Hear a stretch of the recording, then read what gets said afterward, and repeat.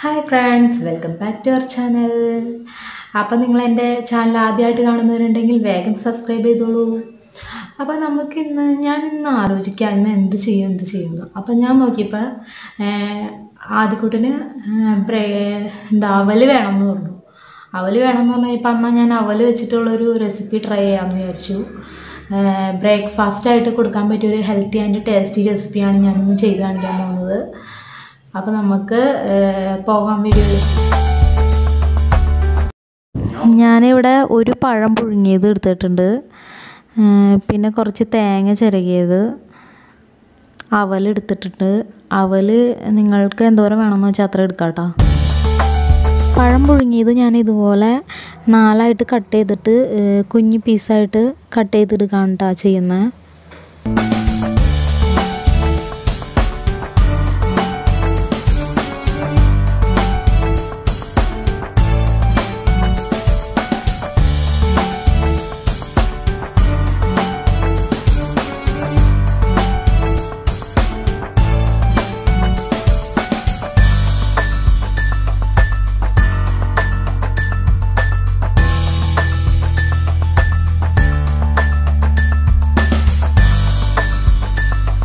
ഇനി നമ്മുടെ അവൽ നമുക്കൊന്ന് ഫ്രൈ ചെയ്തെടുക്കണം.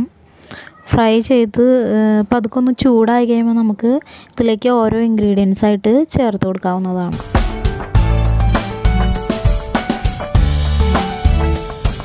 അവൽ നമ്മൾ ഫ്രൈ ചെയ്തെടുക്കുമ്പോൾ നമ്മൾ കഴിക്കുമ്പോൾ ഒരു ക്രഞ്ചി ആയിട്ടൊരു ഫീൽ ചെയ്യും. നമ്മൾ മിച്ചറൊക്കെ കഴിക്കില്ലേ, അതുപോലെ ഒരു ക്രഞ്ചിനെസ് ഫീൽ ചെയ്യും. അതിന് വേണ്ടിയിട്ടാണ് ആദ്യം തന്നെ അവൽ ഫ്രൈ ചെയ്തെടുക്കുന്നത്. ആ ഫ്രൈ ചെയ്തിട്ട് ആ പാത്രത്തിലേക്ക് തന്നെയാണ് നമ്മൾ ഓരോ ഇൻഗ്രീഡിയൻസ് ആയിട്ട് ആഡ് ചെയ്തെടുക്കാൻ പോകുന്നത്.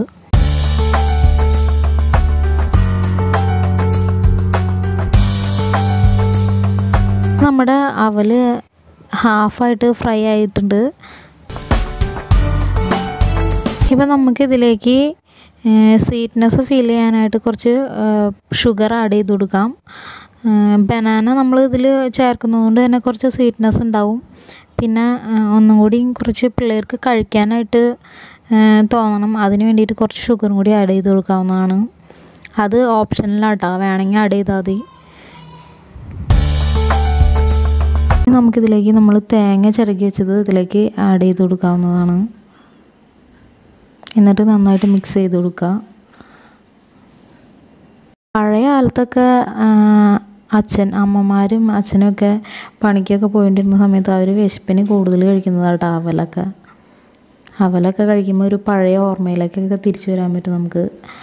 പിന്നെ ഞാനിവിടെ ഏത്തപ്പഴം ഉണ്ടാ പുഴുങ്ങിയത് ചേർത്ത് കൊടുക്കുന്നത്. ഏത്തപ്പഴം കുട്ടികൾക്ക് വെയിറ്റ് വയ്ക്കാനൊക്കെ നല്ലതാണ്. ഡെയിലി ഒരു ഏത്തപ്പഴമൊക്കെ കുട്ടികളുടെ വയറിൻ്റെ അകത്തേക്ക് ചെല്ലുന്നത് നല്ലതാട്ടോ, നല്ല വെയിറ്റ് വയ്ക്കും.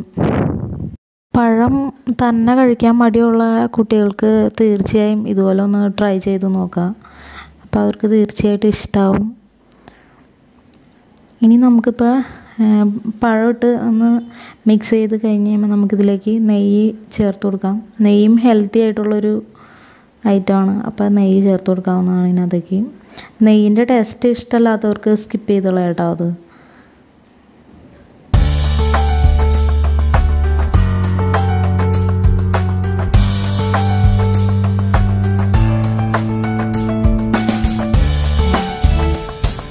പഴമൊക്കെ ഒന്ന് ഇതുപോലെ ഉടച്ച് കൊടുക്കാം കേട്ടോ.